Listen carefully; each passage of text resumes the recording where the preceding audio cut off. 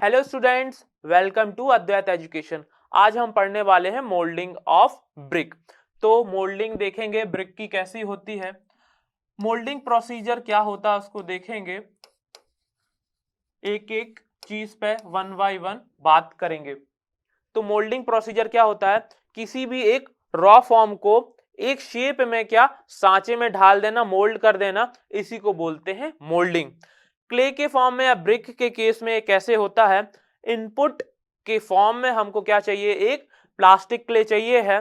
ये plastic clay हमें कहां से मिलता है, ये हमें मिलता है first step of manufacturing of brick में, जिसमें हम प्रिपरेशन ऑफ क्ले करते हैं, जहां पे हमको plastic clay sufficiently plastic consistency में और एक हार्ड फॉर्म में मिलता है। ठीक है, और इसी को हम मोल्ड का यूज करके, एक सांचे का यूज करके क्या करते हैं, एक शेप में ले आते हैं। तो मैं बोलूंगा कि मेरे को एज अ इनपुट मटेरियल क्या होता है, एक प्लास्टिक क्ले मेरे पास अवेलेबल होती है। ठीक है, इनपुट मटेरियल के फॉर्म में मेरे पास एक प्लास्टिक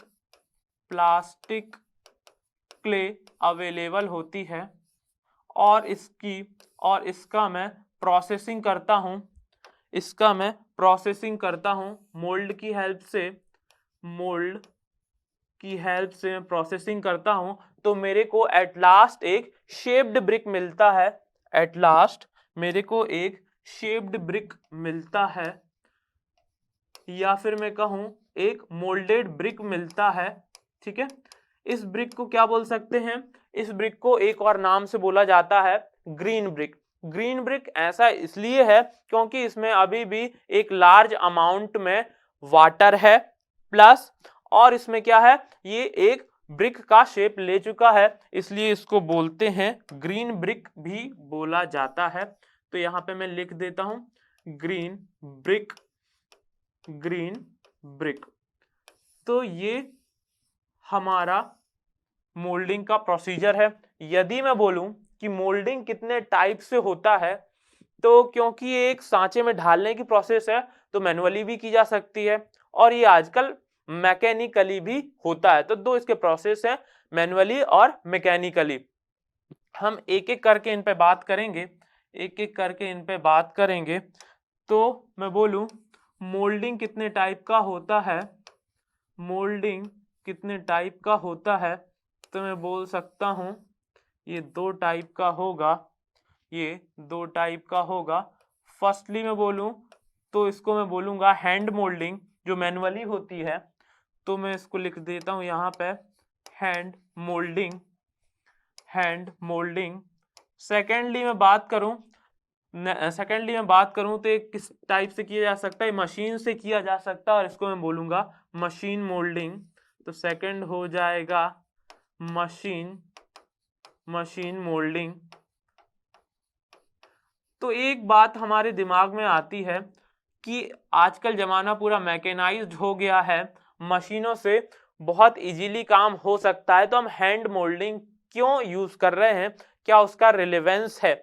तो सबसे पहले हम हैंड मोल्डिंग के बारे में बात करेंगे, देखेंगे कि क्या इसका रिलेवेंस है। ठीक है, और ये क्यों यूज किया जा रहा है। तो अब मैं स्टार्ट करूंगा हैंड मोल्डिंग से।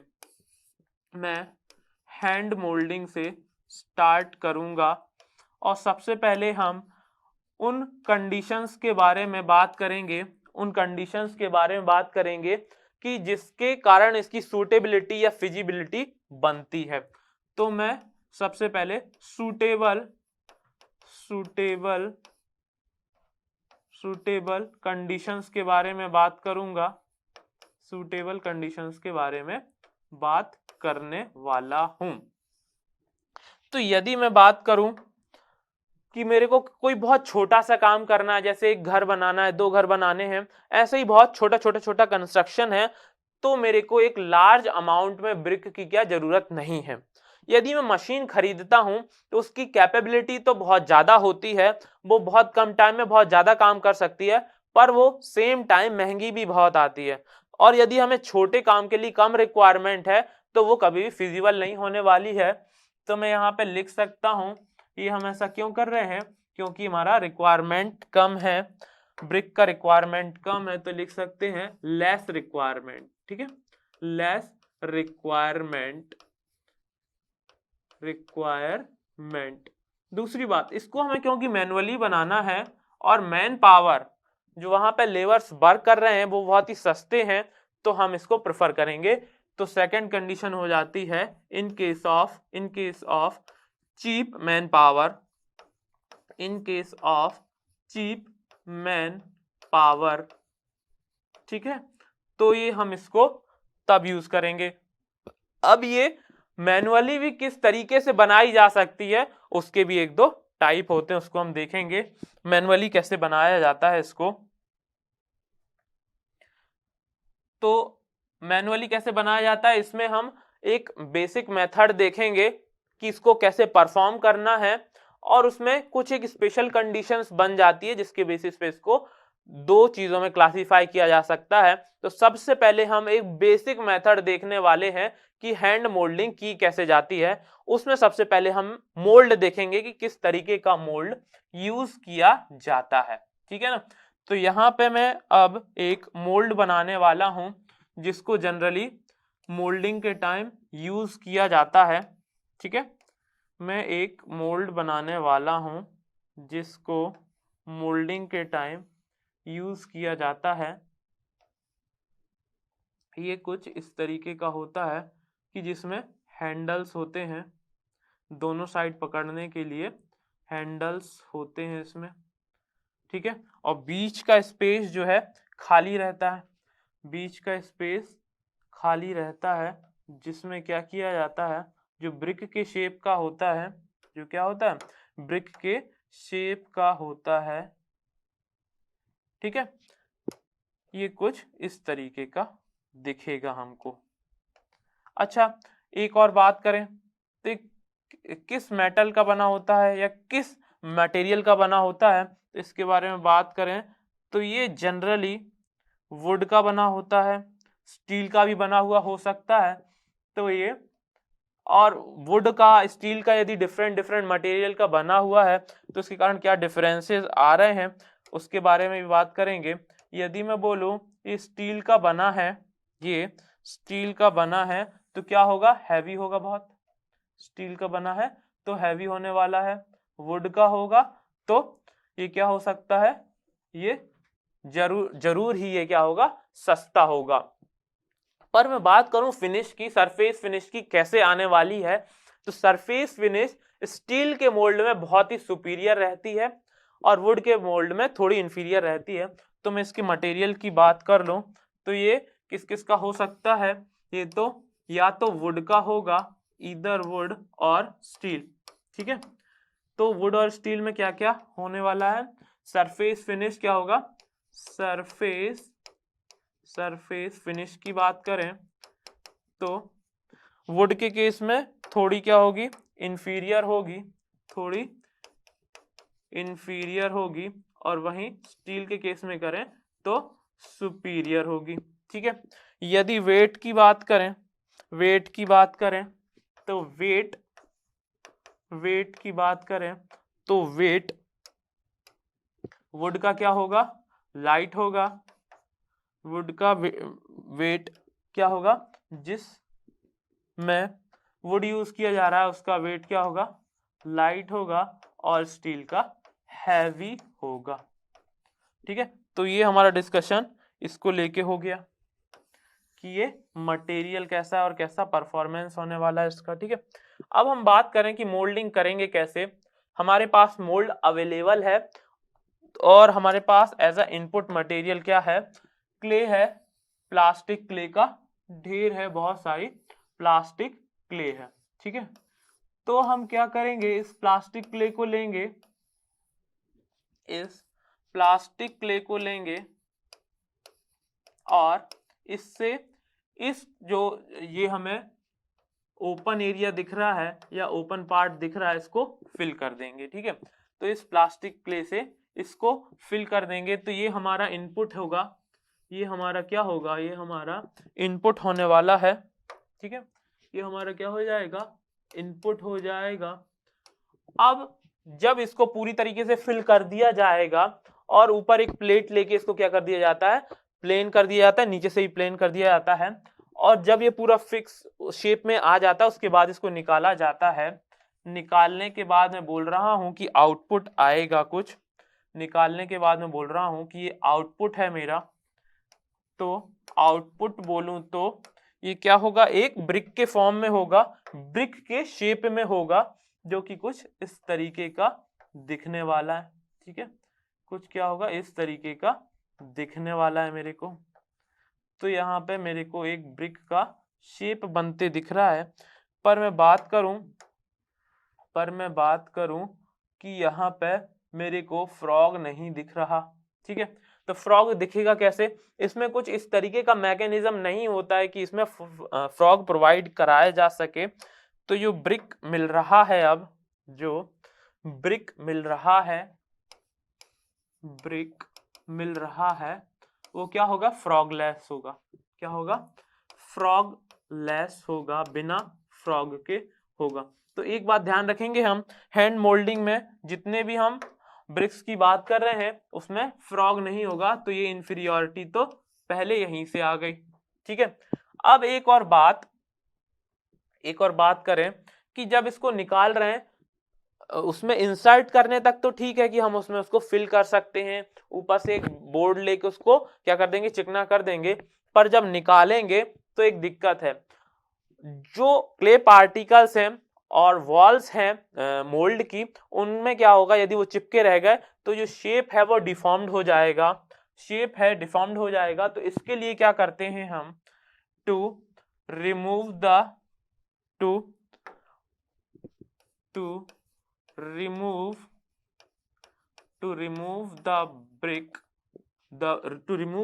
मोल्डेड ब्रिक लिख देते हैं, to remove the moulded brick safely from mould. तो यहाँ पे हम दो तरीके का काम करते हैं, दो तरीके के एक्शन करते हैं। पहला क्या है उसमें, पहला है उसमें कि हम पहले से ही डिप कर देते हैं, मोल्ड को वाटर में डिप कर देते हैं। तो क्या होता है, उसकी इनर सरफेस जो है ल्यूब्रिकेट हो जाती है, और मोल्ड में जब ब्रिक क्या होता है, एक शेप में आ जाता है, उसके बाद उसको उठाते हैं तो वो इजीली बाहर आ जाता है। तो फर्स्ट में लिख लेता हूं mould is dipped into water. तो मैं लिख देता हूं mould is dipped into water. तो मैं लिख सकता हूं mould is dipped into water. क्या कुछ और भी किया जा सकता है, तो एक और तरीका इसमें लगाया जाता है कि इसमें क्या किया जाता है, इनर सरफेस पे सैंड जो है छिड़क दी जाती है, सैंड स्प्रिंकल कर दी जाती है। इसमें भी क्या फायदा होता है, यदि हम इस तरीके को करने के बाद उसमें क्या करते हैं, क्ले भरते हैं और वो एक इसका शेप आ जाता है, और जब हम मोल्ड उठाते हैं तो इजीली वो बहुत ही आसानी से क्या होता है, नीचे आ जाता है बिना डिफॉर्म्ड हुए। तो सेकंड में लिखूंगा इसमें कि जो इनर वॉल्स है sprinkled with sand, inner walls sprinkled with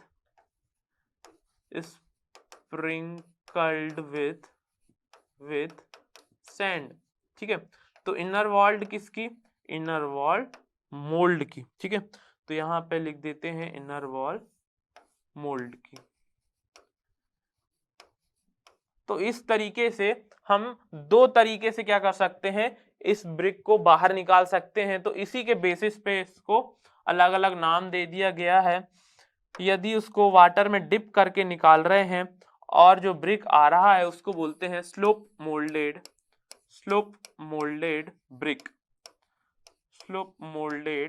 brick.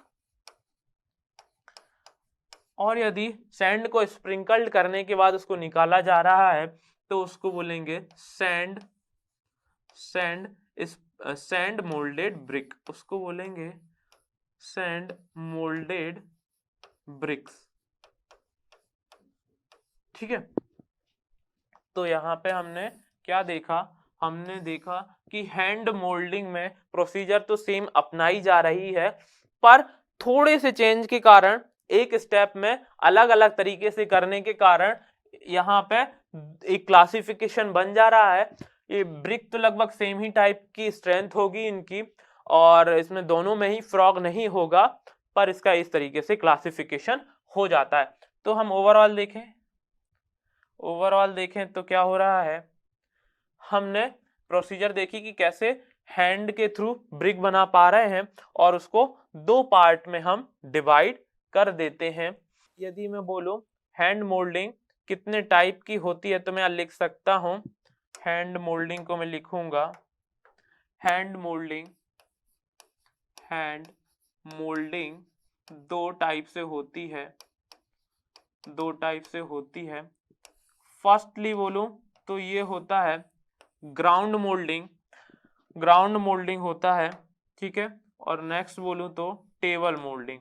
ये क्या है, ये एक बेसिक प्लेटफॉर्म लिया जा रहा है, प्लेटफॉर्म का प्लेन की बात की जा रही है। यदि उसको ग्राउंड पर रख के, एक प्लेन ग्राउंड पर रख के मोल्ड किया जा रहा है तो क्या होगा, ग्राउंड मोल्डेड ब्रिक होगा। और यदि उसको एक टेबल पे रख के किया जा रहा है तो वो टेबल मोल्डेड ब्रिक होता है। तो ग्राउंड मोल्डेड ब्रिक जो है, इसका प्रोसीजर हम अभी देख के आए हैं। ये जितना भी प्रोसीजर हमने अभी देखा था, ये पूरा ग्राउंड मोल्डेड ब्रिक का था। ये पूरा प्रोसीजर था ग्राउंड मोल्डेड ब्रिक का। तो इसको लिख सकता हूं मैं, ये ग्राउंड मोल्डेड ब्रिक है, ग्राउंड मोल्डेड ब्रिक है, ठीक है। तो यदि मैं बात करूं कि हैंड मोल्डेड ब्रिक को या हैंड मोल्डिंग को दो पार्ट में मेरे को डिवाइड करना है, तो मैं कहूंगा कि फर्स्ट है मेरा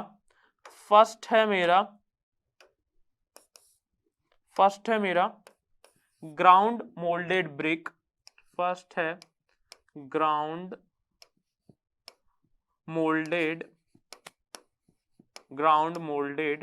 ब्रिक, और सेकंड है मेरा table moulded brick, table moulded brick. तो ग्राउंड मोल्डेड की तो हम बात कर चुके हैं, अब हम बात करेंगे टेबल मोल्डेड ब्रिक में किस तरीके से ब्रिक का जो है फॉर्मेशन या उसको मोल्ड किया जाता है। अब हम बात करते हैं टेबल मोल्डेड ब्रिक में प्लास्टिक क्ले को लेके कैसे मोल्ड करके ब्रिक बना सकते हैं। हमने ग्राउंड मोल्डेड ब्रिक में क्या किया था, एक सरफेस यूज की थी, ग्राउंड सरफेस यूज की थी। टेबल मोल्डेड ब्रिक में अब हम टेबल की सरफेस यूज करने वाले हैं, देखते कैसे होगा। यदि मैं बात करूं टेबल मोल्डेड ब्रिक की, तो मेरे पास एक टेबल होना चाहिए, मेरे को टेबल दिख रही है, ठीक। इसमें हम एक अलग इक्विपमेंट यूज करते हैं जो कहलाता है स्टॉक बोर्ड, ये क्या होता है इसको देखते हैं,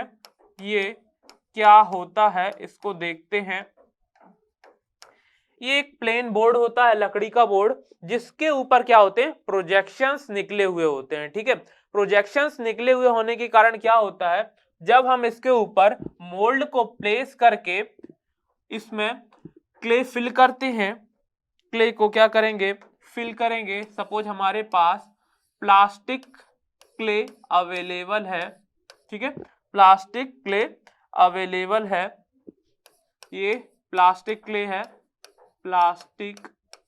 है।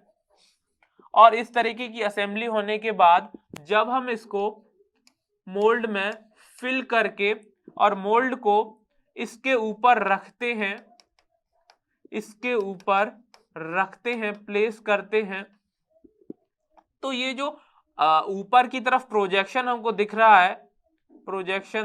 है, ये क्या होता है, इसका इंप्रेशन ब्रिक की सरफेस पे आ जाता है। और जब हम इसको हटाते हैं और इसमें से आउटपुट देखते हैं इसका क्या आ रहा है, तो वो कुछ इस तरीके का होता है। आउटपुट की बात करें तो कुछ इस तरीके की ब्रिक हमको देखने मिलती है, जिसमें क्या होता है, फ्रॉग का प्रोजेक्शन हमको दिखता है, ठीक है ना, जिसमें फ्रॉग का प्रोजेक्शन हमको दिखता है, ठीक है ना। तो हम ये बोल सकते हैं कि जो टेबल मोल्डेड ब्रिक है उसमें क्या रहता है, फ्रॉग प्रेजेंट रहता है, फ्रॉग इज देयर, ठीक है, फ्रॉग इज देयर। और इसके बनाने का प्रोसीजर क्या है, बनाने का प्रोसीजर ये है, ठीक है ना। तो इस तरीके से हमने देखा कि जो हैंड मोल्डेड ब्रिक है वो दो तरीके से हो सकती है, एक तो ग्राउंड मोल्डेड ब्रिक और दूसरा है टेबल मोल्डेड ब्रिक। तो मैं इसमें लिख देता हूं, ये प्रोसीजर है टेबल मोल्डेड ब्रिक की। टेबल मोल्डेड ब्रिक इस तरीके से बनाया जा सकता है। नेक्स्ट में बात करूं, हम अभी तक हैंड मोल्डेड ब्रिक्स कैसे बनती है ये देख चुके हैं। नेक्स्ट में बात करूंगा मशीन मोल्डिंग की या फिर मशीन मोल्डिंग ब्रिक्स की। नेक्स्ट हम बात करेंगे कि मशीन मोल्डिंग में ब्रिक कैसे बनाई जाती है, ब्रिक कैसे मोल्ड की जाती है। तो हम अब सेकेंडली देख रहे हैं मशीन मोल्डिंग, ठीक है, हम देख रहे हैं मशीन मोल्डिंग। यदि बात की जाए कि इसमें कौन कौन सी मेथड अपनाए जाते हैं, जनरली मशीन मोल्डिंग है तो किसी तरीके की एक स्पेसिफिक मशीन ही होगी जिसको यूज किया जाता होगा। तो यहाँ पे दो तरीके की मेथड होती हैं। फर्स्टली मैं बात करूं तो ये होती है, फर्स्ट मेथड है इसमें प्लास्टिक मेथड,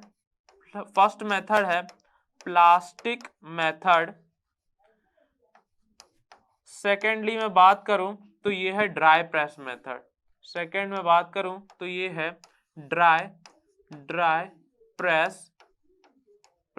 मेथड। अब इनकी असेंबली क्या क्या होती है, ये किस तरीके से वर्क करते हैं, तो आइए वन बाय वन हम समझने की कोशिश करते हैं। तो सबसे पहले स्टार्ट करेंगे प्लास्टिक मेथड। फर्स्टली हम बात करेंगे प्लास्टिक मेथड, तो मैं यहाँ पे लिख लेता हूं, फर्स्ट है प्लास्टिक मेथड। इसको प्लास्टिक मेथड क्यों बोला जा रहा है, क्योंकि जो क्ले हमारे पास रहता है वो तो हमें पता है कि उसकी कंसिस्टेंसी क्या होती है, प्लास्टिक कंसिस्टेंसी होती है, ठीक है। और हम इस कंसिस्टेंसी का इस मेथड में कुछ इस तरीके से यूज करते हैं ताकि हम उसको इजीली क्या कर पाए, मोल्ड कर पाए। हम प्लास्टिक मेथड स्टार्ट करेंगे, देखेंगे कि कैसे वर्क करती है। सबसे पहले हम असेंबली पे बात करेंगे।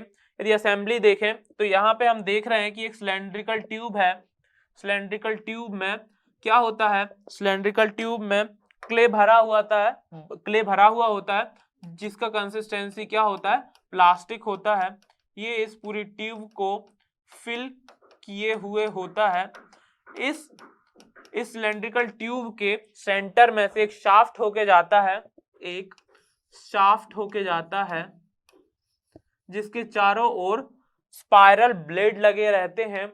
जब इसको घुमाया जाता है तो ये ऑगर के जैसा वर्क करता है और जो प्लास्टिक क्ले है उसको एक डायरेक्शन में उसका फ्लो बना देता है। तो यदि मैं बोलूं कि इसको मैं कुछ इस डायरेक्शन में फ्लो करा रहा हूं या रोटेशन करा रहा हूं इस शाफ्ट के थ्रू, तो ये क्या होगा, ये जितना भी मेरे को क्ले इसमें फिल्ड है, क्ले जो प्लास्टिक कंसिस्टेंसी का है, फिल्ड है, ये क्या होता है, इस डायरेक्शन में आगे बढ़ने लगता है, ठीक है।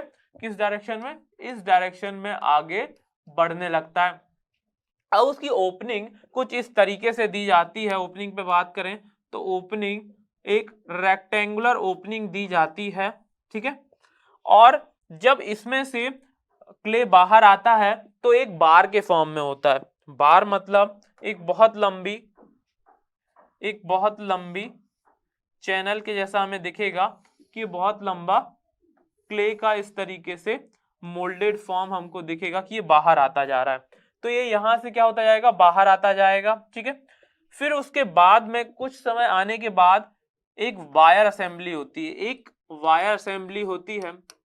वायर असेंबली में जो वायर होते हैं बहुत ही शार्प होते हैं, बहुत ही पैने होते हैं। जब ये बार धीरे धीरे करके बाहर आता है और इसके कांटेक्ट में आता है, जैसे ही कांटेक्ट में आता है तो ये इसको दो पार्ट में कट कर देता है। ठीक है, ये क्या करता है, इस पूरे बार को दो दो दो सेक्शन में डिवाइड कर देता है। मैं इसको हैच करके बताता हूं। एक सेक्शन ये हो गया, दूसरे सेक्शन की बात करें तो दूसरा सेक्शन ये हो जाएगा। ठीक है, तो इस तरीके से ये वायर असेंबली क्या करती है, इस पूरे के पूरे जो बार आ रहा है प्लास्टिक क्ले का, उसको दो पार्ट में क्या कर देती है, डिवाइड कर देती है। अब ये जो प्लेटफॉर्म होता है जिस पे बार इस डायरेक्शन में बढ़ रहा है, तो ये जो प्लेटफॉर्म होता है ये मूवेबल होता है। इसको मैं लिखूं, ये जो प्लेटफॉर्म है वो क्या होता है, मूवेबल होता है, और इसे इस डायरेक्शन में आगे पीछे किया जा सकता है। ठीक है ना, तो क्या होता है, जब ये कट जाता है तो एक बार इसको सेंटर से इस डायरेक्शन में आगे बढ़ाया जाता है, तो पीछे वाले जो ब्रिक्स हैं वो इस वायर के अगेंस्ट आते हैं। ठीक है, और क्या होता है, एक ब्रिक के फॉर्म में वो शेप में आ जाता है, क्योंकि ये वायर असेंबली उसके बीच में आ जाएगी, वायर उसके बीच में आ जाएंगे। जब एक साइड का जो ब्रिक है पूरा क्या हो जाता है, उस शेप में कट जाता है, तब इस असेंबली को ऊपर के डायरेक्शन में क्या कराया जाता है, मूव कराया जाता है, इस प्लेटफॉर्म को मूव कराया जाता है। तो ये इस साइड का जितना भी बार था वो फिर से क्या हो जाता है, इस फॉर्म में आ जाता है कि वो एक ब्रिक के शेप को ले लेता है। तो हर एक वायर इस तरीके से मैनेज होता है कि इसकी जो विड्थ होती है ब्रिक के विड्थ के बराबर होती है। ठीक है, तो हम बोल सकते हैं कि यहां से हमको कई सारे ब्रिक जो है मिल जाते हैं। ठीक है ना, कई सारे ब्रिक जो है इस तरीके से हमको मिल जाते हैं, एक के बाद एक, कुछ ही टाइम में बिना किसी ज्यादा मेहनत के। ठीक है, तो इसमें जो असेंबली यूज की जा रही है इस होल मेथड को बोला जाता है प्लास्टिक मेथड। ठीक है, इस होल मेथड को बोला जाता है प्लास्टिक मेथड। इससे जितना भी चीजें बनती हैं उसका यील्ड बहुत ही हायर होता है। ठीक है, इसकी बात करें तो इसका यील्ड बहुत ही हायर होगा, यील्ड हायर होगा। ठीक है, यील्ड क्या होगा, हायर होगा। यील्ड हायर से मतलब है कि मोर नंबर ऑफ ब्रिक्स, यहाँ पे हम इजीली बना पाएंगे तो हम लिख सकते हैं मोर number of BRICS. High yield मतलब मोर नंबर ऑफ ब्रिक्स बना सकते हैं। यदि क्वालिटी की बात की जाए कि इस तरीके की प्रोसेस यदि अपनाई जाती है, अडॉप्ट की जाती है, तो क्वालिटी कैसी रहेगी, तो क्वालिटी सुपीरियर रहने वाली है। तो यहाँ लिख सकते हैं सुपीरियर ब्रिक जो है फॉर्म होते हैं। मशीन मोल्डिंग में नेक्स्ट मेथड है ड्राई प्रेस मेथड।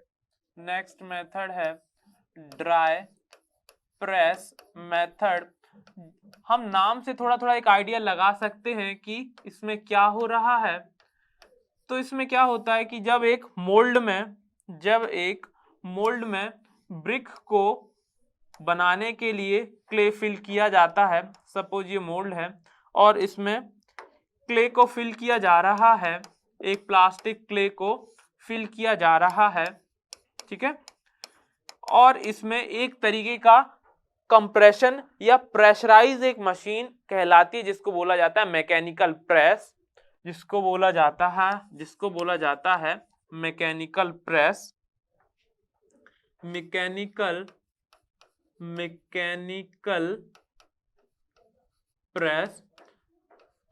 जिसके हेल्प से इस क्ले को बहुत ही ज्यादा प्रेशर पे दबा दिया जाता है, प्रेस कर दिया जाता है, और रिजल्ट के फॉर्म में जो ब्रिक है वो हमको मिलती है। इसके रिजल्ट के फॉर्म में हमको क्या मिलती है, एक ब्रिक मिलती है, ठीक है, जिसको हम अब डायरेक्टली यूज कर सकते हैं। ये थोड़ा सुपीरियर क्वालिटी का है, ये एक थोड़ा सुपीरियर क्वालिटी का ब्रिक होता है, ठीक है ना। तो इससे हमें क्या मिलेगा एज अ रिजल्ट, जिसको हम मैकेनिकल प्रेस को यूज करके बनाएंगे, हमको एक सुपीरियर क्वालिटी का ब्रिक मिलेगा। तो इस तरीके से हम देखते हैं कि हमने मोल्डिंग में दो तरीके की मोल्डिंग पढ़ी है, hand moulding, machine moulding. Hand moulding में दो तरीके से हम इसको मोल्ड कर सकते हैं, स्लोप मोल्डिंग और सैंड मोल्डेड ब्रिक। ये पार्ट होता है ग्राउंड मोल्डेड ब्रिक का। नेक्स्ट हमने उसमें देखा कि भाई टेबल मोल्डिंग भी की जा सकती है। टेबल मोल्डिंग में स्टॉक बोर्ड का यूज करते हैं। इसके बाद हमने देखा मशीन मोल्डिंग। मशीन मोल्डिंग में हमने पहले देखी है प्लास्टिक मेथड, ठीक है। प्लास्टिक मेथड में ऑगर के थ्रू और वायर असेंबली के थ्रू ब्रिक को मोल्ड किया। अब ये है ड्राई प्रेस मेथड, जिसमें हम क्या कर रहे हैं, मैकेनिकल प्रेस का यूज कर रहे हैं, ठीक है। अब नेक्स्ट हम देखेंगे ड्राइंग प्रोसेस। अब हम तीसरे स्टेप की बात करें ब्रिक मेकिंग के, तो वो होता है ड्राइंग ऑफ ब्रिक। ब्रिक को कैसे ड्राई किया जाता है उसकी बात करेंगे, ड्राइंग ऑफ ब्रिक्स। तो इसके इनपुट की बात करें कि जो इनपुट में हमको ब्रिक मिल रहा है वो एक ग्रीन ब्रिक है। ग्रीन ब्रिक से मतलब इसमें सफिशिएंट अमाउंट ऑफ क्या होता है, मॉइस्चर कंटेंट होता है। तो पहले इसको देख लेते हैं कि जनरली कितने अमाउंट का मॉइस्चर कंटेंट मिलता है ग्रीन ब्रिक में। इसका इनपुट एक ग्रीन ब्रिक होता है, ग्रीन ब्रिक, ठीक है, जिसका मॉइस्चर कंटेंट की बात करूं तो लगभग 7% से 30% के बीच वेरी करता है। तो मैं इसके मॉइस्चर कंटेंट को लिख सकता हूं, मॉइस्चर कंटेंट वेरी करता है 7 से 30% के बीच। अब मैं क्या करूंगा, ड्राइंग करूंगा। ड्राइंग करना मतलब एक मोटे तौर पे बोल सकते हैं सुखाना। तो सुखा कैसे सकते हैं, या तो हम उसको क्या करें, नॉर्मली ऐसे एयर में ले जाके सुखाएं, पर उसका भी एक मेथड होता है, या फिर हम क्या करें, कुछ एक ऐसा मैकेनिकल वे अपनाएं, या फिर कुछ फर्नेस के थ्रू हीट प्रोवाइड कराएं, या कुछ और इस तरीके के मेथड्स हो सकते हैं जिस पे हम बात करेंगे बाद में। तो हम ओवरऑल कह रहे हैं कि हम इसका क्या करेंगे, हम इसको ड्राई करना चाह रहे हैं, किसी भी मीन से इसका ये मॉइस्चर कंटेंट हटा रहे हैं। यदि हम ऐसा करते हैं तो क्या होता है, हमें एक ऐसी ब्रिक मिलती है जिसका मॉइस्चर कंटेंट क्या होता है, लेस देन 3% होता है, ठीक है। तो हमें मिल रही है यहाँ पे ड्राई ब्रिक, और ड्राई ब्रिक को मैं बोल रहा हूं यदि क्या है, मॉइस्चर कंटेंट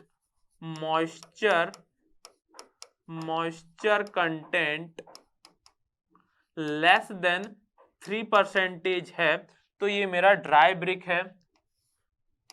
तो यही हमें करना है ड्राइंग के प्रोसेस में, ठीक है ना। अब इसमें बात की जाए इसका ऑब्जेक्टिव क्या है, इसके करने से हमको फायदा क्या क्या मिलने वाला है, तो ऑब्जेक्टिव की बात करते हैं, ठीक है ना। ऑब्जेक्टिव की बात करते हैं तो मैं लिख सकता हूं ड्राइंग प्रोसेस का ऑब्जेक्टिव है एक कंडीशन को ऐसा सोचते हैं कि यदि हमें इसमें से वाटर हटाना है, हम एक कंडीशन सोचते हैं कि यदि हम इसको क्या करें, तुरंत बर्न कर दें। बर्न करने से भी तो क्या होगा, पानी इसमें से रिमूव हो जाएगा। पर क्या होगा, बर्न करने से इसमें पानी का जो निकलने का रेट है बहुत हाई होगा, उसके कारण इसका वॉल्यूम बहुत जल्दी क्या हो जाएगा, कम हो जाएगा और इसमें क्रैक्स पड़ सकते हैं। ठीक है, दूसरी बात करें कि यदि हम इसको उतने सारे वाटर को बर्न करने के लिए क्या करेंगे, फ्यूल यूज करेंगे, तो एक हमें इसमें क्या होगा, एक महंगा पड़ेगा, इकोनॉमिक नहीं होगा। तो इसको बोल सकते हैं, इसका ऑब्जेक्टिव है, इसका पहला ऑब्जेक्टिव है to to to reduce the shrinkage cracks, to reduce the shrinkage cracks. Secondly मैं बात करूं तो मुझे क्या करना है, फ्यूल को सेव करना है, टू सेव फ्यूल। ठीक है, फ्यूल भी तो बचाना है। यदि मैं बात करूं कि नॉर्मली हम यदि नॉर्मल एटमॉस्फेयर में इसको क्या करें, ड्राई करें, तो कितना दिन लग सकता है, क्योंकि यदि हम इसको मैकेनिकल वे से या हीटिंग देके करेंगे तो हम क्या कर सकते हैं, टाइम को मैनेज कर सकते हैं। पर यदि हमें क्या करना है, एक नॉर्मल जो एटमॉस्फेयर से हमें उसको हवा की सर्कुलेशन से, एयर सर्कुलेशन से ड्राई करना है, तो उसमें कितना दिन लगता है, तो बोल सकते हैं इस प्रोसेस में, किस प्रोसेस में, इसको एक ग्रीन ब्रिक से ड्राई ब्रिक में बदलने में टाइम लगने वाला है 3 से 4 दिन नॉर्मली ये लगता है। 3 to 4 डेज का टाइम ये लगता है इसको ग्रीन ब्रिक से ड्राई ब्रिक में बदलने में। यदि बात करें कितने तरीके से किया जा सकता है, तो इसको करने के 2 तरीके हैं। या तो इसको जो नेचुरल एयर है ओपन एयर में ड्राई किया जाए, तो पहला मेथड है ओपन एयर ड्रायर, या तो फिर कुछ आर्टिफिशियल मेथड यूज किए जाए। तो सबसे पहले देखेंगे, यदि इसके टाइप को बोलें तो इसमें 2 टाइप हैं। फर्स्ट को मैं बोल सकता हूं open air dryer, open air dryer. Next में बात करूं तो ये होगी एक आर्टिफिशियल मेथड, ये होगी एक आर्टिफिशियल मेथड होने वाली है।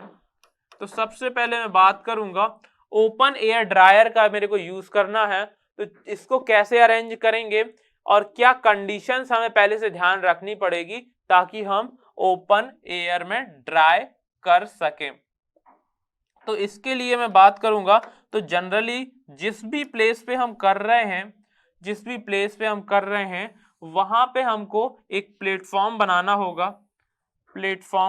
होगा, जो क्या होगा, जो ग्राउंड सरफेस से क्या होना चाहिए, ऊंचा होना चाहिए, एक ऊंचाई पे अवेलेबल होना चाहिए। ऐसा क्यों किया जाता है? ऐसा इसलिए किया जाता है ताकि यदि सपोज रेनी सीजन में ग्राउंड वाटर टेबल बढ़ जाए, तो ये क्या करे, एक प्रोटेक्टिव लेयर की तरह बिहेव करे। तो हमारा एक रेज्ड प्लेटफॉर्म बन गया, यहाँ पे ये है रेज्ड प्लेटफॉर्म।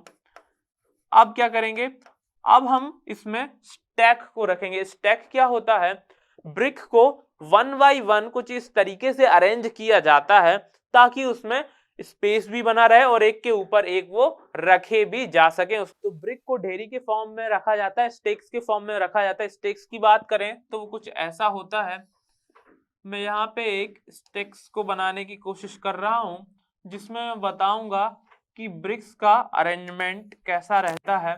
ठीक है, ब्रिक्स का अरेंजमेंट कैसा रहता है, यदि एक ब्रिक यहाँ से शुरुआत हो रही है, ठीक है, इसका हेडर यहाँ पे है, तो दूसरे ब्रिक का हेडर कुछ थोड़े दूर रखा जाता है, और ऐसे ही थर्ड ब्रिक का हेडर जो है इस तरीके से काफी इससे एक सफिशिएंट डिस्टेंस पे रखा जाता है।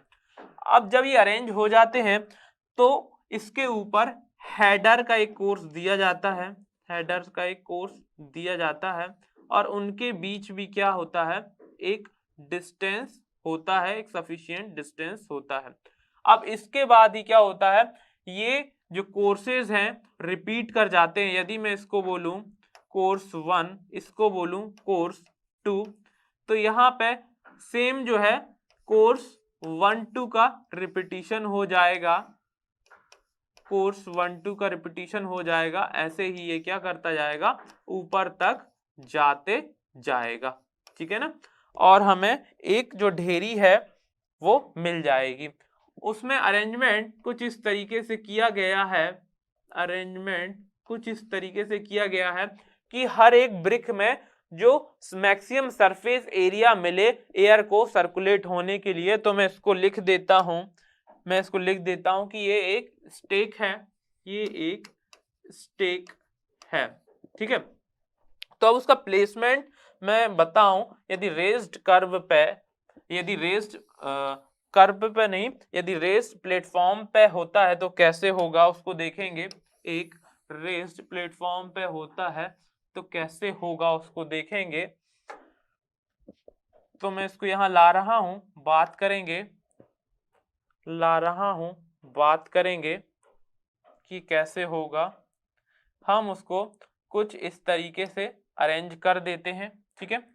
फिर ये तो केवल एक स्टेक हुआ, हम क्या कर रहे हैं, इस तरीके के और भी कई सारे स्टेक्स को क्या करते हैं, यहाँ पे 1 बाई 1 आजू बाजू क्या कर देते हैं, रख देते हैं, ठीक है। 1 बाई 1 आजू बाजू क्या कर देते हैं, रख देते हैं। ऐसे ही अरेंज करते जाते हैं, ठीक है।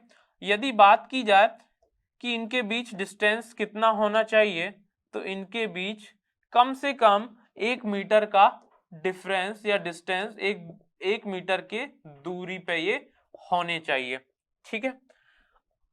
तो हमने इस तरीके से देखा कि हमने स्टैक्स का अरेंजमेंट किया है। इसके बीच में डिस्टेंस की बात कर लें, बीच में डिस्टेंस की बात करें तो ये कितना होना चाहिए, 1 मीटर होना चाहिए एटलीस्ट, ठीक है, 1 मीटर होना चाहिए। और इसको क्या किया जाता है, इसको ढक दिया जाता है नॉर्मल रूफिंग से, ठीक है।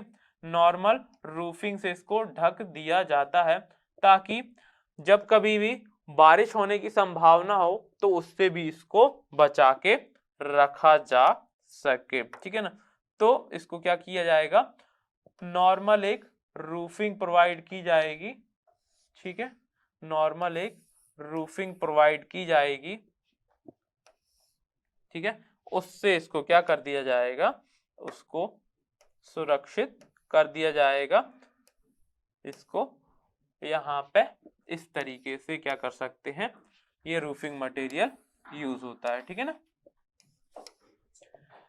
इस तरीके से जो हमने ये प्रोसेस कवर की है वो है ओपन एयर ड्रायर, ठीक है। ओपन एयर ड्रायर है। यदि इसमें बात करूं कितना दिन लगता है ड्राई होने में, एक नॉर्मल प्रोसेस को कंप्लीट होने में, तो ये प्रोसेस चलती है 3 to 4 day. It takes 3 to 4 days to dry the bricks, ठीक है, टू ड्राई द ब्रिक्स। और बात की जाए तो इसमें ये एक थोड़ा कभी कभार इसमें इंफीरियरिटी, इसमें डिसएडवांटेजेस होता है कि सपोज एयर यदि मॉइस्चराइज है बहुत ज्यादा तो ये उतना ज्यादा ड्राई नहीं कर पाती है। तो क्या होता है, ये एक डिसएडवांटेज है, डिसएडवांटेज है। If air is already moisturized then drying process क्या हो जाती है, स्लो हो जाती है। Then it slower down the process, then it slower down the process. तो ये प्रोसेस 3 से 4 दिन की जगह थोड़ा और प्रोलॉन्ग हो जाती है। यदि नेक्स्ट टाइप के ड्राइंग प्रोसेस की बात करें तो ये आर्टिफिशियली किया जाता है, इसको बोला जाता है आर्टिफिशियल ड्रायर, इसको बोला जाता है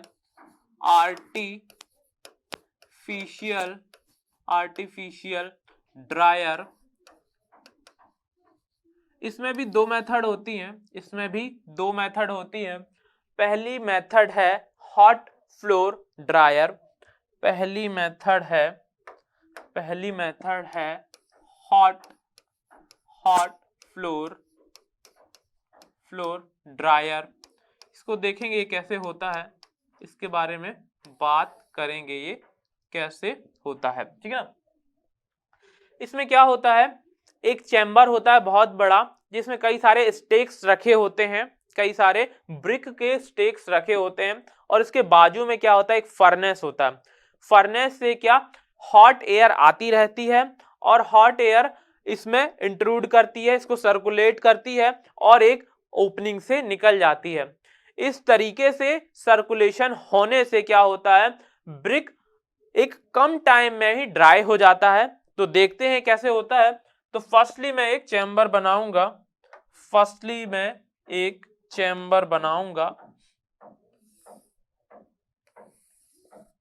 मैं एक चैम्बर क्रिएट कर रहा हूं, ठीक है, एक चैम्बर क्रिएट कर रहा हूं, और इसके बाजू में मैं एक फर्नेस देता हूं, इसके बाजू में मैं एक फर्नेस देता हूं,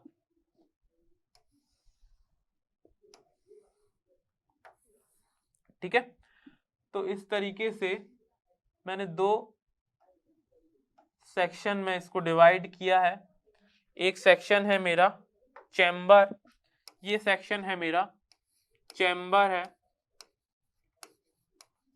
ठीक है। इसमें कई सारे स्टेक्स रखे हुए हैं, कई सारे क्या हुए स्टेक्स रखे हुए हैं, इस तरीके से कुछ, ठीक है, इस तरीके से कई सारे स्टेक्स रखे हुए हैं, अरेंज्ड हैं, और उनके बीच में उसी तरीके से ही एक गैप बना हुआ है, जैसे हमने लास्टली बात की थी जब मैंने ओपन एयर ड्रायर की बात की थी। कुछ उसी तरीके से ही ब्रिक्स के बीच में क्या होता है, गैप बना होता है, सर्कुलेशन हो रहा होता है, उसके लिए जगह दी गई होती है, ठीक है। और इसके बाजू में जो मैंने सेक्शन दिया है, बाजू का पार्ट बताया है, वो है फर्नेस, ये है फर्नेस। इसमें क्या होता है, इसमें प्रोडक्शन होता है हॉट एयर्स का, हॉट एंड वार्म एयर्स का प्रोडक्शन होता है, और इसको डाइवर्ट कर दिया जाता है इस hot and warm dry air को डाइवर्ट कर दिया जाता है चैम्बर की तरफ डाइवर्ट कर दिया जाता है, ठीक है ना। जिससे क्या होता है, ये इस पूरे चैम्बर में सर्कुलेट होते हैं, ठीक है। ये हॉट एयर ड्राई एयर इस पूरे चैम्बर में क्या होते हैं, सर्कुलेट होते हैं, और एक टाइम बाद यहाँ पे एक ओपनिंग दी होती है, ये यहाँ से पास आउट हो जाते हैं। पर पास आउट होने से पहले, यहाँ से निकलने से पहले, इसमें एक सफिशिएंट टाइम दिया जाता है ताकि वो क्या कर पाए उसको। एक तो यदि वो हॉट होते हैं तो टेम्परेचर के कारण भी वाटर क्या होता है, इवेपोरेट हो जाता है। दूसरी बात, यदि वो ड्राई है तो ड्राई होने के कारण भी क्या होते हैं, वो उसमें से मॉइस्चर एब्जॉर्ब करते हैं। तो दो तरीके से इसमें क्या होता है, वाटर का रिमूवल होता है। यदि इसकी बात की जाए तो ये कितने दिन में कर लिया जाता है, इसमें बात की जाए ये कितने दिन में कर लिया जाता है, तो कह सकते हैं प्रोसेस कंप्लीट होती है 1 to 3 डेज में। 1 to 3 डेज लगते हैं to complete the process, to complete the process. इतने पूरे टाइम में हमें जो ब्रिक मिलता है उसका जो मॉइस्चर कंटेंट है 3% से कम आ जाता है, 3% से कम आ जाता है। यदि बात की जाए इसकी सुपीरियॉरिटी की, तो एक यूनिफॉर्म ड्राइंग करता है ये। ऐसा नहीं रहता कि कुछ जगह बहुत ज्यादा ड्राइंग हो जाए और कुछ प्लेस में कम हो, इसमें क्या होता है, ये एक सुपीरियर मेथड है, लिख सकते हैं कि क्या है, एक सुपीरियर मेथड है, सुपीरियर मेथड है। और इसमें क्या होता है, यूनिफॉर्म ड्राइंग होती है, इसमें क्या होती है, यूनिफॉर्म ड्राइंग देखने को मिलती है। ठीक, नेक्स्ट आर्टिफिशियल ड्रायर की बात करें तो वो होता है टनल ड्रायर। नेक्स्ट आर्टिफिशियल की इसमें एक चीज और है देखने की बात कि जो गैसेस हैं उनका मैक्सिमम टेम्परेचर कितना हो सकता है। तो इन गैसेस के टेम्परेचर की बात करें तो टेम्परेचर जो है, टेम्परेचर ज्यादा से ज्यादा 120 डिग्री सेल्सियस तक होता है, उससे ज्यादा इसको रीच नहीं करने दिया जाता है। ठीक है, उसके बाद यदि हम टेम्परेचर ज्यादा बढ़ाते हैं तो रेट ऑफ एवेपोरेशन बढ़ सकता है, फिर श्रिंकेज क्रैक्स की पॉसिबिलिटी यहाँ पे बन सकती है। तो टेम्परेचर कितना रखेंगे भाई, टेम्परेचर मैक्सिमम 120 डिग्री सेल्सियस तक ही रखेंगे। नेक्स्ट बात करें, नेक्स्ट आर्टिफिशियल ड्रायर की बात करें तो वो होता है टनल ड्रायर, वो होता है टनल ड्रायर। टनल ड्रायर में क्या होता है, इसमें एक टनल होती है, इसमें क्या होता है, एक टनल होती है। ठीक है, एक टनल होगी, टनल होगी जिसमें क्या होगा, जिसमें कई सारे स्टेक्स रखे होंगे, कई सारे स्टेक्स रखे होंगे, ब्रिक्स के कई सारे स्टेक्स होंगे। और ये क्या होता है, दोनों तरफ से बंद होता है, ये क्या होता है, दोनों तरफ से बंद होता है, क्या होता है, क्लोज लिख सकते हैं। यहाँ पे ओपनिंग्स दी होती हैं जिससे क्या कर सकते हैं, ओपनिंग से यहाँ पे फ्लो ऑफ एयर को क्या कर सकते हैं, मैनेज कर सकते हैं। यहाँ पे कुछ ओपनिंग्स होती हैं, ओपनिंग्स होती हैं। ठीक है, वैसे ही इस साइड भी बात करें तो ये भी बंद होता है। ठीक है, ये भी बंद होता है। और क्या होता है, यहाँ पे भी ओपनिंग्स होती हैं। अब जो इसका फ्लोर होता है, फ्लोर, उसके पीछे, उसके नीचे क्या होता है, स्टीम पाइप्स होते हैं, उसके नीचे, इसके नीचे क्या होते हैं, स्टीम पाइप होते हैं। ठीक है, इसके नीचे स्टीम पाइप होते हैं जिनमें से क्या होता है, हॉट एयर या हॉट स्टीम जो है, हॉट स्टीम जो है इसमें फ्लो कर दी जाती है। ठीक है ना, तो इसमें से क्या कर दिया जाता है, हॉट स्टीम्स, हॉट स्टीम्स इस चैम्बर में, इस पूरे टनल में क्या कर दिया जाता है, फ्लो कर दिया जाता है। तो मैं बात करूं तो यहाँ पे टनल के बीच में क्या होते हैं, स्टेक्स होते हैं, कई सारे स्टेक्स होते हैं।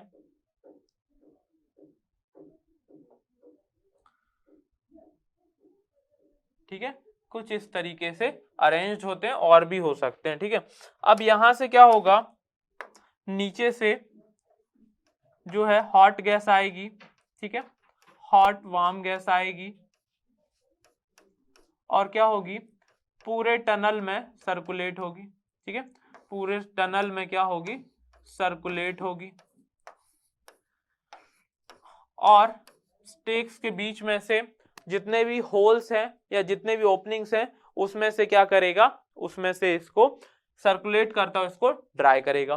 तो इनिशियली ये ओपनिंग्स क्या रहते हैं, बंद रहते हैं जब तक ये ड्राई कर रहा रहता है। और जब इसमें से हमें मैनेज करना होता है एयर का फ्लो, तब इसको खोल के क्या कर सकते हैं, मैनेज कर लिया जाता है। यदि बात करें कितना टाइम लगता है इसमें कंप्लीट होने में, तो इसमें भी सेम टाइम लगता है जितना हॉट फ्लोर ड्रायर में लगता था 1 to 3 डेज लगता है। नेक्स्ट बात करें टेम्परेचर कितना जाता है, टेम्परेचर भी हम सेम ही रखते हैं क्योंकि 120 डिग्री से कम रखने पर क्या होता है, एक इवेपोरेशन रेट नहीं बढ़ता है। तो यदि टेम्परेचर की बात करें, यहाँ पे टेम्परेचर की बात करें तो वो भी 120 डिग्री सेल्सियस से कम होता है। सुपीरियॉरिटी की बात करें तो यहाँ पे जितना भी ड्राई होके आता है ब्रिक उसमें यूनिफॉर्मिटी रहती है, तो लिख सकते हैं यूनिफॉर्म ड्राइंग होती है यहाँ पे, ठीक है, जो कि एक सुपीरियर ब्रिक होती है। सुपीरियर नेक्स्ट लेवल के लिए या बर्निंग के लिए ब्रिक जाने वाली है, वो एक सुपीरियर क्वालिटी की होती है। तो यहाँ पे लिख सकते हैं सुपीरियर ड्राइंग हमको देखने मिलती है यदि हम कंपैरिजन करें नेचुरल ड्राइंग प्रोसेस से, ठीक है ना। तो इस तरीके से हम यहाँ पे कंप्लीट करते हैं ड्राइंग ऑफ ब्रिक्स